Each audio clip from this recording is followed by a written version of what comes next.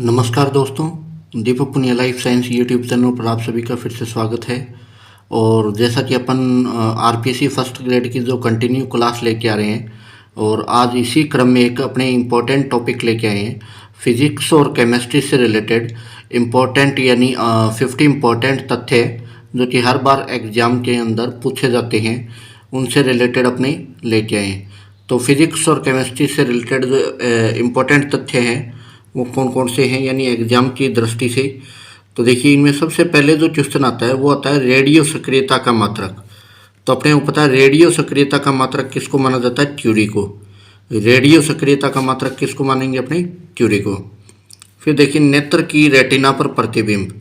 तो नेत्र की रेटिना पर प्रतिबिंब होता है, कैसा होता है? वास्तविक होता है और उल्टा होता है। नेत्र की रेटिना पर प्रतिबिंब कैसा हो जाएगा? वास्तविक और उल्टा। फिर परमाणु भट्टी में, तो परमाणु भट्टी में किसका प्रयोग किया जाता है? यूरेनियम 235 का प्रयोग किया जाता है। यानी अपने परमाणु भट्टी में किसका प्रयोग करते हैं? यूरेनियम 235 का। फिर क्वेश्चन आता है यानी वाहनों के साइड ग्लास। तो अपनी जो गाड़ियों के साइड ग्लास होते हैं वो कौन से दर्पण के होते हैं? उत्तल दर्पण। कौन से होते हैं? उत्तल दर्पण के बने होते हैं। फिर एलपीजी जो गैस होती है, एलपीजी गैस का मुख्य घटक किसको माना जाता है? ब्यूटेन। और ये भी कितनी होती है? 80% होती है। सीएनजी का मुख्य घटक किसको माना जाता है? मेथेन को। और ये कितनी होती है? 60%। फिर अपने बात करें जैसे ध्वनि की सर्वाधिक चाल। तो ध्वनि की सर्वाधिक चाल किस में होती है? ठोस में होती है। जबकि ध्वनि की निर्वात में जो होती है वो कितनी होती है? 0 होती है। ध्वनि की निर्वात में चाल कितनी होगी? 0। फिर पृथ्वी पर पलायन वेग का मान कितना होता है? 11.2 किलोमीटर प्रति सेकंड। एक फिर अपना जो शरीर का सामान्य तापमान होता है वो कितना होता है? यहीं कमरे के ताप पे 37 डिग्री सेंटीग्रेड। ये तो सेंटीग्रेड में, 98.4 डिग्री फ़ारेनहाइट में, और 310 ये केल्विन में, तीनों मात्रा कहीं की। फिर पृथ्वी की सतह पर गुरुत्वीय त्वरण का मान ये होता है 9.8 मीटर प्रति सेकंड स्क्वायर। फिर भोपाल गैस कांड। तो भोपाल गैस कांड जो फैक्ट्री थी उसमें हुआ था 3 दिसंबर 1984 को, जिसमें काफ़ी मजदूरों की मृत्यु हो गई थी। और ये किस कारण था? मेथाइल आइसोसाइनेट गैस के कारण, MIC gas, methyl isocyanate gas के कारण। गुब्बारों में, तो गुब्बारों में कौन सी गैस भरी जाती है? हीलियम गैस भरी जाती है। फिर विद्युत बल्ब। तो विद्युत बल्ब में अपने क्या भरा रहता है? विद्युत बल्ब में आर्गन और नाइट्रोजन भरी रहती है। क्या भरी रहती है? आर्गन और नाइट्रोजन।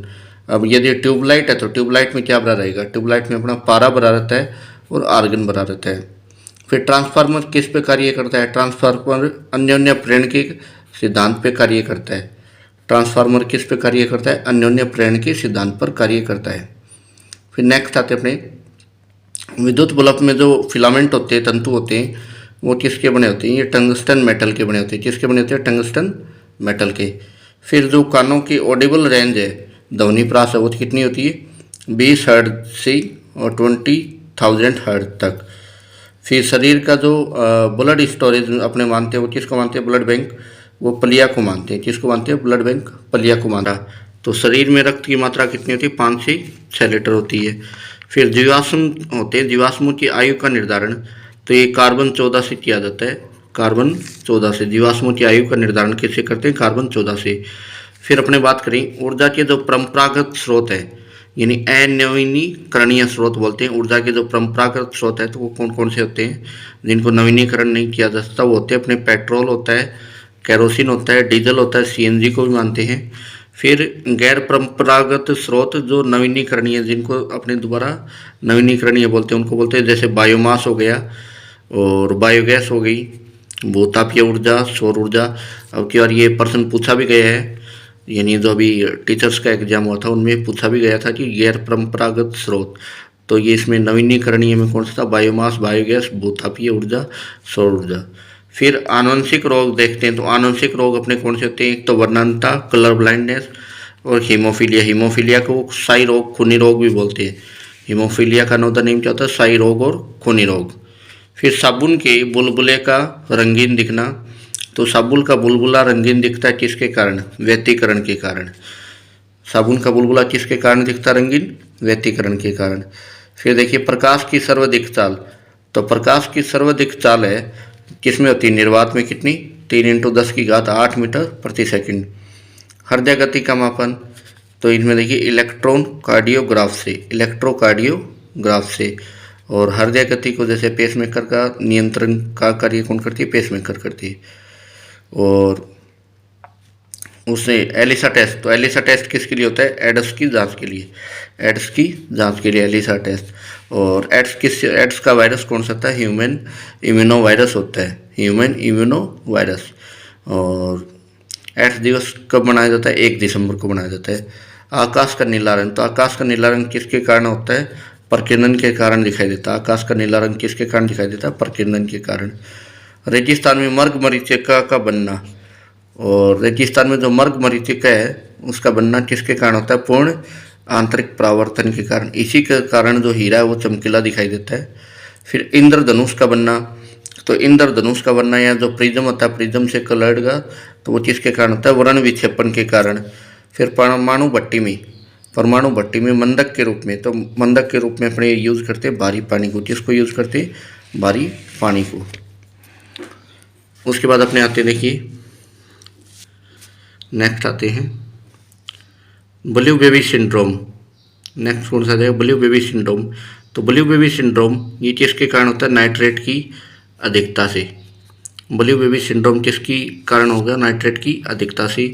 फिर अपने देखते हैं मीनामाटा, तो मीनामाटा का क्या हो जाएगा, पारे की अधिकता से, यानी पारे की अधिकता से मीनामाटा हो जाता है। ब्लैक फुट रोग, तो ब्लैक फुट रोग का रीजन अपने क्या लिखेंगे, आर्सेनिक की अधिकता से। किससे लिखेंगे, आर्सेनिक की अधिकता से। उसके बाद शरीर की सबसे लंबी अस्थि, तो शरीर की सबसे लंबी अस्थि फीमर, यानी जो अपनी जांघ में होती है उसको माना जाता है। और शरीर की सबसे लंबी अस्थि कौन सी, फीमर, जांघ। और हड्डियों की संख्या पूछे कितनी होती है, 206 होती है। कितनी होती है, 206 होती है बोन की संख्या अസ്ഥियों की।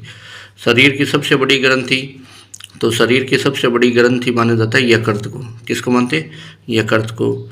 फिर विटामिन की खोज, तो विटामिन की खोज तो किसने की थी, हॉपकिंस ने की थी। और विटामिन नाम किसने दिया था, फंक ने दिया था। विटामिन का नाम किसने दिया था, फंक में। जल में घुलनशील विटामिन कौन से होते हैं, बी और सी। जल में घुलनशील विटामिन कौन से होते हैं, vitamin B and vitamin C. और जल में अघुलनशील विटामिन कौन से हो जाएंगे, ए, डी, ई, के। घुलनशील विटामिन तो कौन से हो गए, बी और सी। और अघुलनशील विटामिन कौन से हो गए, यानी ये कैसे हो जाएंगे, अघुलनशील। अघुलनशील कौन से हो गए, ए, डी, ई, के। फिर पार्किंसन रोग, पार्किंसन रोग किससे रिलेटेड होता है, ब्रेन से रिलेटेड होता है। पार्किंसन रोग किससे रिलेटेड होगा, अपने ब्रेन से रिलेटेड होता है पार्किंसन रोग। फिर अपना नेक्स्ट आता है तारों का टिमटिमाना। तारों का टिमटिमाना किसके कारण होता है, अपवर्तन के कारण। तारे किसके कारण टिमटिमाते, अपवर्तन के कारण।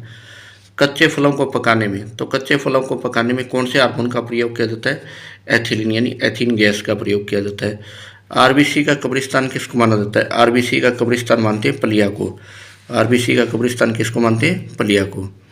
फिर दृष्टि वैषम्य रोग, तो दृष्टि वैषम्य रोग में कौन से लेंस का प्रयोग किया जाता है, बेलनाकार लेंस का। दृष्टि वैषम्य रोग में कौन से लेंस का प्रयोग करेंगे, बेलनाकार लेंस का। फिर जरा दृष्टि दोष, तो जरा दृष्टि दोष में किसका प्रयोग करते हैं, द्विफोक्सी लेंस का।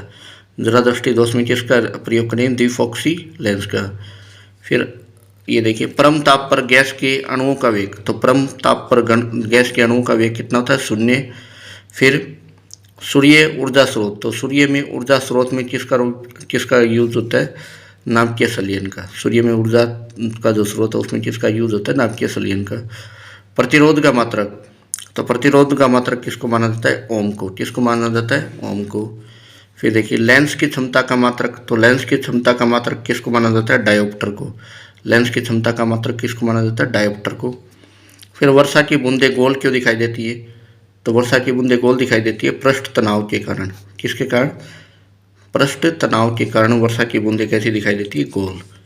निकट दृष्टि दोष में किसका प्रयोग किया जाता है, तो निकट दृष्टि दोष में अवतल लेंस का प्रयोग किया जाता है। किसका, अवतल लेंस का। प्रेरकत्व का मात्रक किसको माना जाता है, तो प्रेरकत्व का मात्रक किसको मानते हैं, हेनरी को। किसको मानते हैं, हेनरी को। तो ये 50 इंपॉर्टेंट तथ्य हैं जो मैंने आज आपको रिवाइज करवाए हैं। और ये फिजिक्स और केमिस्ट्री से और बायो से रिलेटेड हैं। और हर प्रकार के कंपटीशन एग्जाम में इनसे बार बार क्वेश्चन पुटअप होता है, यानी बार बार इनसे क्वेश्चन पूछे जाते हैं इन्हीं से संबंधित। चाहे वो आरपीएससी फर्स्ट ग्रेड हो, सेकंड ग्रेड हो, रिटमेंस हो, अपना लैब असिस्टेंट का हो, राजस्थान पुलिस का हो, और अन्य जितने भी जो यूपीएससी एसएससी के कम्पिटिटिव एग्ज़ाम हैं, तो इनसे 100% यही क्वेश्चन बार बार रिपीट होते हैं, इन्हीं से प्रश्न पूछा जाता है। तो आप इनको अच्छे से प्रिपेयर कीजिए। इनको ये जो अब टॉपिक करवाया है 15% टॉपिक्स का, फिजिक्स और केमिस्ट्री के और बायो, ये आपको एग्ज़ाम की दृष्टि से काफ़ी हेल्प करवाएंगे। और कमेंट करके ज़रूर बताएं कि आज की क्लास आपको कैसी लगी। और अभी तक अपने चैनल पे नए हो तो आरपीएससी फर्स्ट ग्रेड की कंटिन्यू तैयारी के लिए अपने चैनल को आज ही ज्वाइन करें, दीपक पुनिया लाइफ साइंस चैनल को लाइक शेयर और सब्सक्राइब भी ज़रूर कीजिए। और थैंक यू, धन्यवाद।